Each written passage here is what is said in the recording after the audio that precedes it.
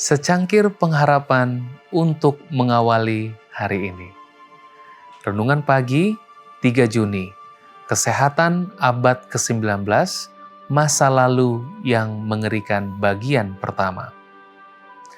Yeremia 8 ayat 22. Tidak adakah balsem di Gilead? Tidak adakah tabib di sana?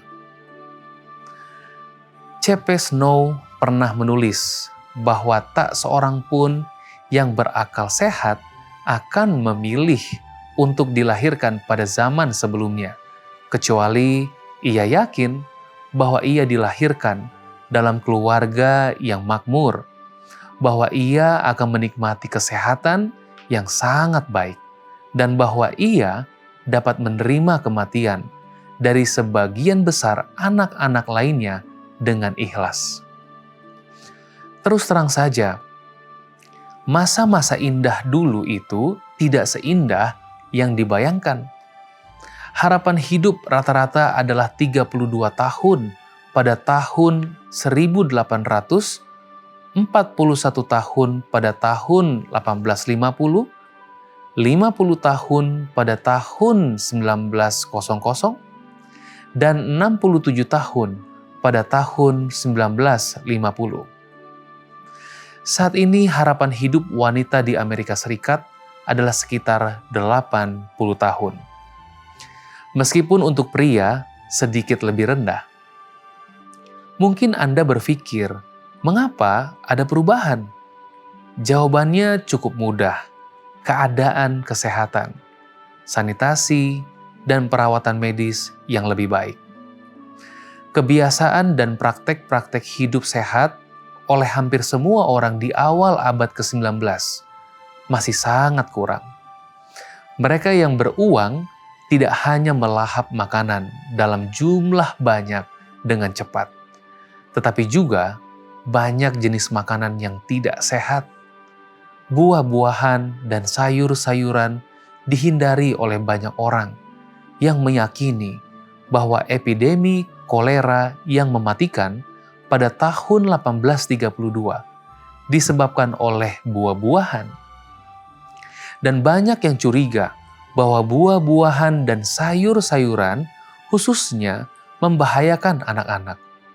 Fakta mendasar tentang ilmu gizi tidaklah diketahui.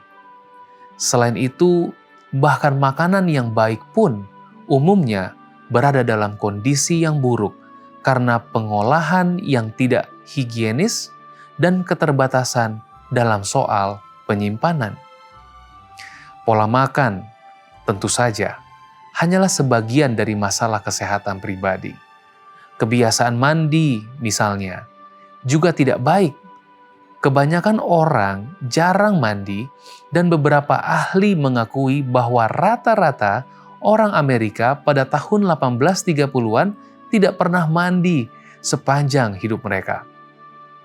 Bahkan hingga tahun 1855, kota New York hanya memiliki 1.361 bak mandi untuk 629.904 penduduknya.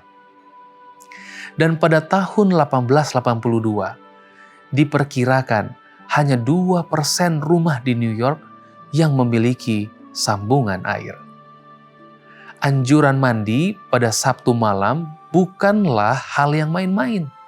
Pada tahun 1872, ketika Ellen White merekomendasikan bahwa orang yang sehat harus mandi 2 kali seminggu, membuktikan bahwa ia sedang berada di garis depan soal perawatan kesehatan pribadi.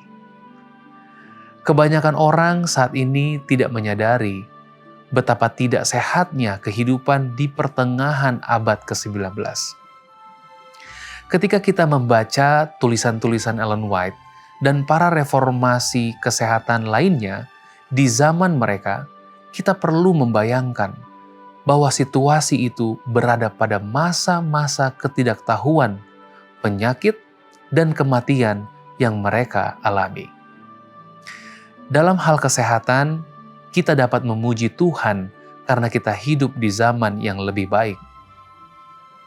Doa kita hari ini, Tuhan, terima kasih atas kesehatan dan kemajuan zaman. Ajari kami hidup bersih, menjaga tubuh, dan menghargai anugerah-Mu agar kami sehat, bijak, dan setia memuliakan nama-Mu setiap hari. Amin.